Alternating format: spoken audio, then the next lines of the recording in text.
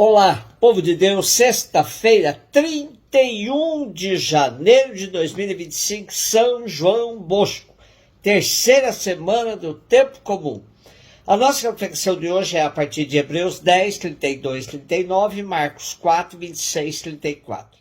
Irmãos, lembrai-vos dos primeiros dias quando apenas iluminados suportastes longas e dolorosas lutas. Às vezes éreis apresentados como espetáculo, debaixo de injúrias e tribulações. Outras vezes vos tornáveis solidários dos que assim eram tratados.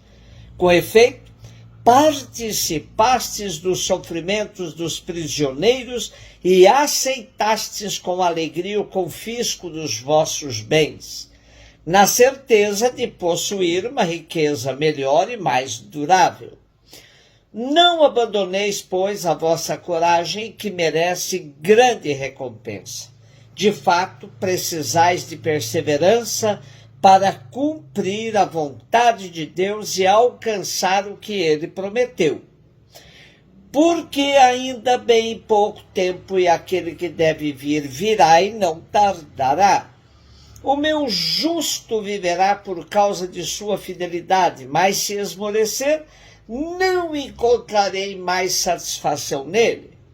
Nós não somos desertores para a perdição, somos homens da fé para a salvação da alma.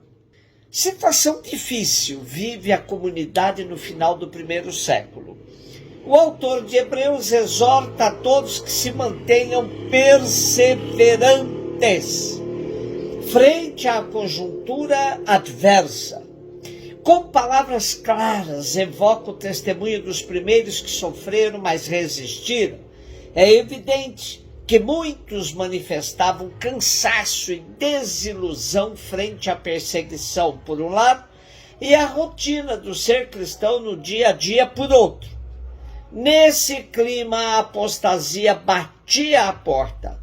Ainda assim, o autor de Hebreus não impunha um chicote, mas com palavras firmes e cheias de compreensão, procura convencer a todos sobre a beleza de se manter firme no caminho abraçado. Não abandoneis, pois, a vossa coragem, que merece grande recompensa. De fato, precisais de perseverança para cumprir a vontade de Deus e alcançar o que ele prometeu. A memória dos primeiros que se mantiveram firmes e podem hoje ser apontados como verdadeiros testemunhos é argumento fundamental para o autor do texto aos Hebreus. Lembra que o passado de uma fé inquebrantável deve servir de estímulo para o presente. Recordai os primeiros dias nos quais, depois de ter sido iluminados, suportastes a grande luta dos sofrimentos. Entrevemos uma comunidade que deu provas de grande fortaleza e caridade, uma comunidade capaz de enfrentar as perseguições e as mais graves humilhações sem recuar. Até foi solidária com quem estava em provações. Era, pois, uma comunidade plenamente cristã, animada de verdadeiro amor fraterno, porque a sua fé estava apoiada pela certeza dos bens futuros. No atual momento de crise, há que reavivar essa fé, alimentando-a na palavra de Deus e no testemunho dos irmãos e irmãs. Marcos 4, 26, 34. Jesus disse à multidão: o reino de Deus é como alguém que espalha a semente na terra. Ele vai dormir e acorda noite e dia, e a semente vai germinando e crescendo, mas ele nem sabe como isso acontece. A terra por si mesma produz o fruto. Primeiro aparecem as folhas, depois vem a espiga e por fim os grãos que enchem a espiga. Quando as espigas estão maduras, o homem mete logo a foice, porque o tempo da colheita chegou. E Jesus continuou: com que mais poderemos comparar o reino de Deus? Que parábola usaremos para representá-lo? O reino de Deus é como um grão de mostarda que, ao ser semeado na terra, é a menor de todas as sementes da terra. Quando é semeado, cresce e se torna maior do que todas as hortaliças, e estende ramos tão grandes que os pássaros do céu podem abrigar-se à sua sombra. Jesus anunciava a palavra usando muitas parábolas como estas, conforme eles podiam compreender, e só lhes falava por meio de parábolas. Mas, quando estava sozinho com os discípulos, explicava tudo. Jesus apresenta, com as duas parábolas sobre o reino, dois aspectos da inevitável tensão dialética do reino de Deus na história. Na primeira está evidente que o reino é uma iniciativa de que deve permanecer sempre acima de toda tentativa humana para guiar o curso do seu crescimento e maturação.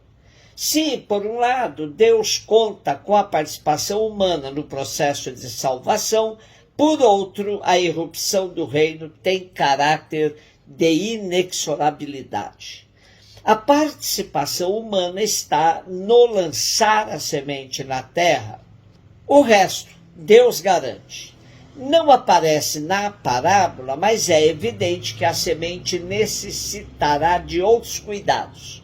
Limpar a terra, regar constantemente e outros.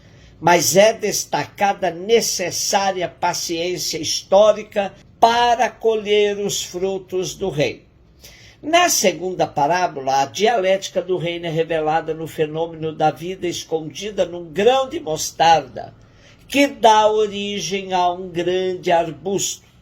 Na primeira parábola se destaca a exortação à paciência, e aqui na segunda emerge com força a necessária confiança.